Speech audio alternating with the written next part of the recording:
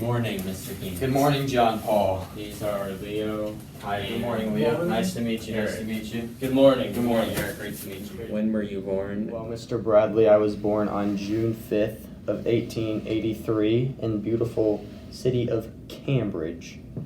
I later went on to die at age 62, but I'm back, boys. You know what I'm saying? So, Mr. Keynes, what did your mother and dad do? Well, you see, my father, John Naval Keynes, was an economist and the best philosopher in the land of Cambridge, if I do say so myself. And my mother, Florence Ada Keynes, was the town's first female mayor, an honor like no other bestowed upon a woman. So, Mr. Keynes, did you have any brother or sisters? Thanks for asking, Leo. That's a great question. I did have two siblings. I had one sister. Her name was Margaret Naval Keynes, and I had one brother, Sir Geoffrey Keynes, who I went on to later name my only son after. So, Mr. Keynes, did you ever find a lover? A one-of-a-kind, a Petey or Pod? A Wody, a Slime? Because I know you're bisexual. Another quality question from the interviewers here at Concord Christian School. Yes, Eric, I did end up finding a Russian queen. Her name was Lydia Lapokova. She was an absolute beauty, and she was a famous ballerina in Russia. She was born on October 21st of 1892 and outlived me by a long shot. She died June 8th of 1981. You got any other awesome, cool facts about Matter of yourself? fact, I do have some super dope, chill, awesome, cool facts about myself, Eric. Number one, I predicted the age of robots. Look it up. Totally did that. Everybody else was lacking. Two, my sun sign, Gemini. Remember that for the Snapchat thing.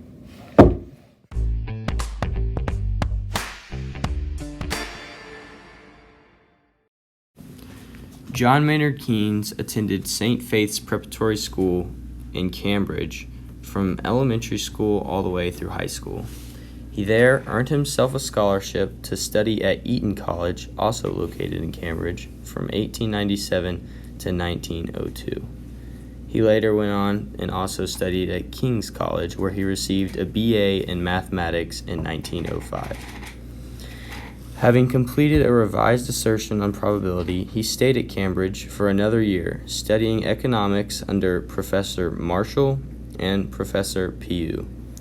He was elected a Fellow of King's College in 1909. According to Encyclopedia Britannica, at Cambridge, Keynes was influenced by Alfred Marshall, who prompted Keynes to shift his academic interests from mathematics and the classics to politics and economics. Also, Keynes' father was an economist and later an administrator at King's College. His mother was one of the first female graduates of King's College. Now on to Josiah with more from this source. The early history of the Bloomsbury Group, an exclusive circle of the cultural elect, which counted its members among Leonard and Virginia Woolf, the painter Duncan Grant, and the art critic Clive Bell, centered upon Cambridge and a remarkable figure, Leighton Starchy. Starchy, who had entered Cambridge 2 years before Keynes, inducted the younger man, John Maynard Keynes, into the exclusive private club known as, simply, the Society.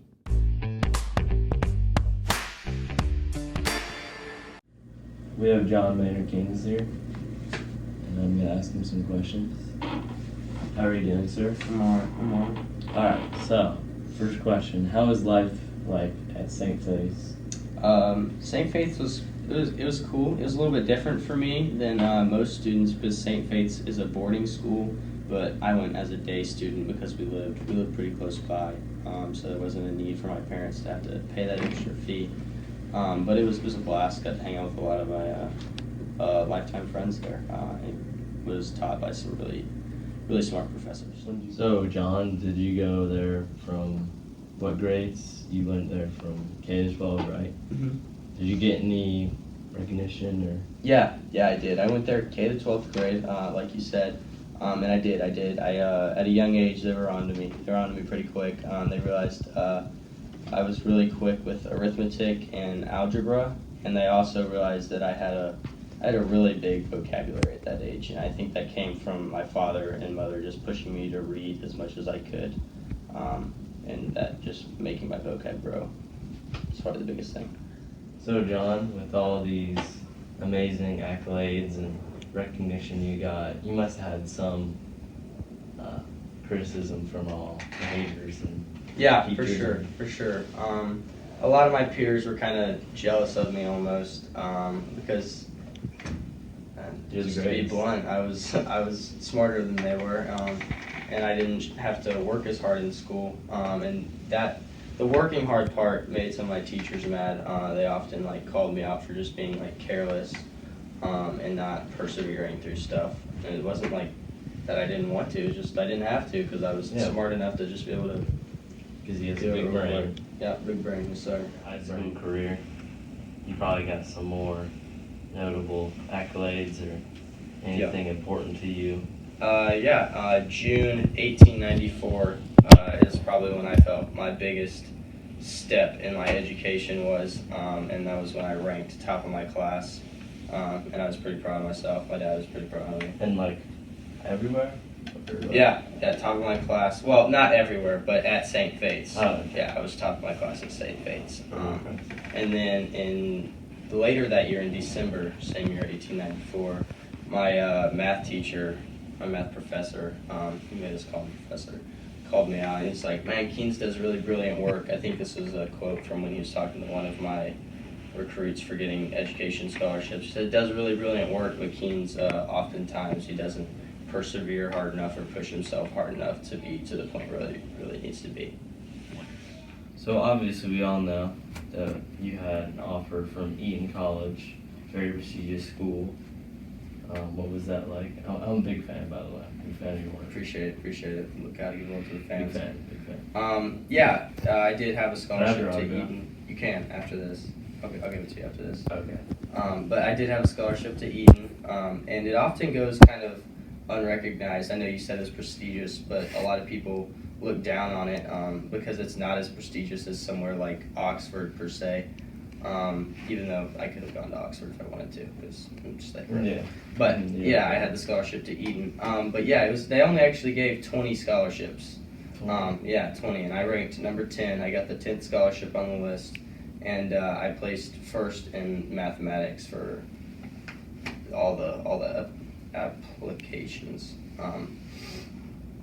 So oftentimes it goes kind of unrecognized or is pushed to the side, which kind of makes me upset. But still proud of what I did. I obviously proved myself, so it's okay. Way to flex on all of us.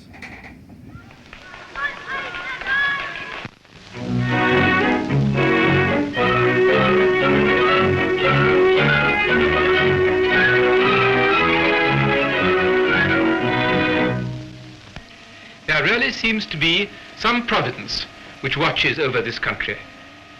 2 months ago, we were in an impossible position. For years past, our industry had been strangled by the exchange value of our money being too high, with the inevitable result that the cost of our goods was also too high for foreign markets. But how on earth were we to get loose in an honorable way? For our bankers, who had accepted foreign money at a high exchange value, felt that it would be wrong for us to change the value of our money voluntarily. As events have turned out, the change has been forced on us under circumstances extraordinarily fortunate and favorable. We have nothing to fear, honestly nothing. So often, in the past 10 years, I have had to prophesy evil.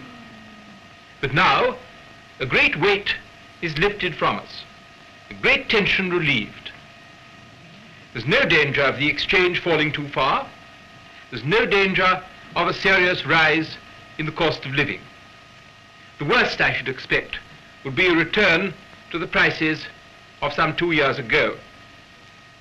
But meanwhile, British trade will have received an enormous stimulus, much more than most of us have yet realized. It is a wonderful thing for our businessmen and our manufacturers and our unemployed to taste hope again. But they must not allow anyone to put them back in the gold cage. where they have been pining their hearts out all these years.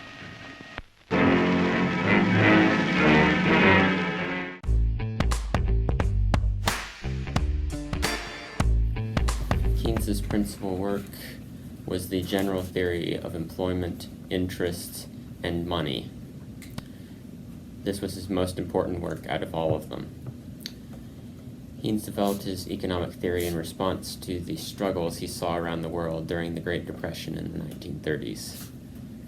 Because of all these struggles, he was highly critical of classical economics, which is the approach used by most of the governments around the world at that time. Instead, according to Investopedia, Keynes suggested a different approach. Keynes advocated for increased government expenditures and lowering taxes to stimulate demand, thus pull the global economy out of the Depression. Investopedia also says that Keynesian economics focuses on using active government policy to manage aggregate demand in order to address and prevent economic recessions. Keynesian economics is considered a demand-side theory, meaning that it focuses on changes in the economy over the short run. Keynes was very critical of classical economic thinking, which is understandable given the fact that he grew up in the Great Depression when classical economics was so clearly failing. Keynes rejected the notion of classical economics that cyclical swings in the economy would be modest and self-adjusting, because if anything, the Great Depression was not modest and certainly not self-adjusting. He also rejected the idea that the economy would return to equilibrium. Instead, in response to the Great Depression, he stated that businesses would not employ workers to produce goods that could not be sold. Because in the Great Depression, that's what was happening. There was no one willing to spend their money to buy things, and that was resulting in layoffs. It was getting worse, not better. Keynes believes that unemployment results from an insufficient demand for goods and services,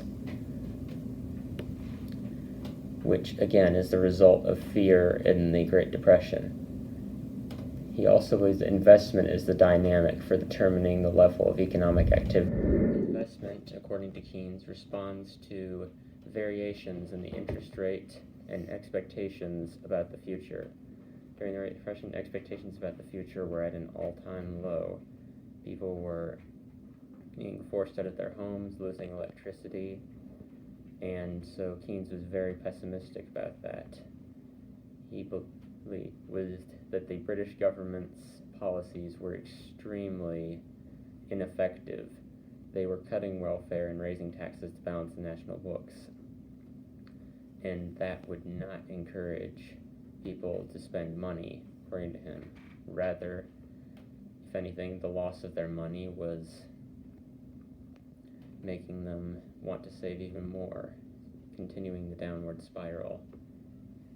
Keynes also believed that excessive saving is bad unless it is for a specific purpose, such as retirement or education, because otherwise it is dangerous for the economy, because the more money that's sitting stagnant in bank accounts, the less that's in the economy stimulating growth.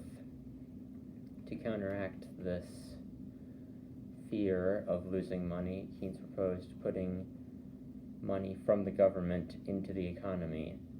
He believed this would balance out and encourage the fear and encourage people to start spending again, since they no longer had to fear losing their money.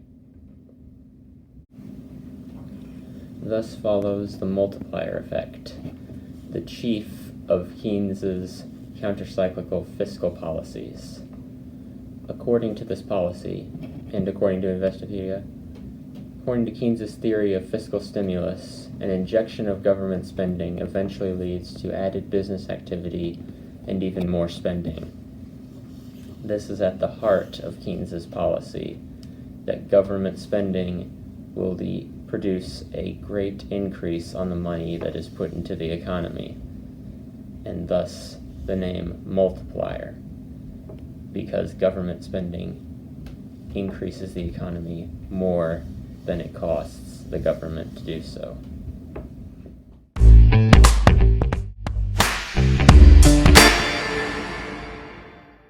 Alright, personally I like Keynesian economics and John Maynard Keynes' ideas and the basis for most of his stuff.